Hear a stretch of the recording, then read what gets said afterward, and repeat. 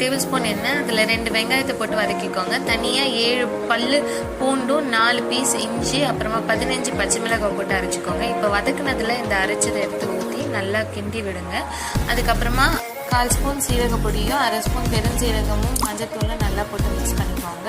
அப்புறம் 2 தக்காளி கட் பண்ணி சேர்த்துக்கோங்க. தேவையான அளவுக்கு உப்பு போட்டுட்டு இப்போது நாங்கள் சிக்கன் 3/4 கிலோ போடுறோம். சிக்கன் 3/4 கிலோ போட்டு நல்லா வதக்குனதுக்கப்புறமா நம்ம தேவையான அளவுக்கு தண்ணி ஊற்றுறோம். தண்ணி ஊற்றி நல்லா தண்ணி சுண்டு நல்லா வேக விடணும்.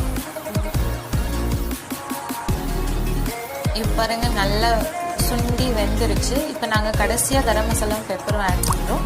ஏன்னா கடைசியாக ஆட் பண்ணுறதுல ஒரு தனி டேஸ்ட்டு.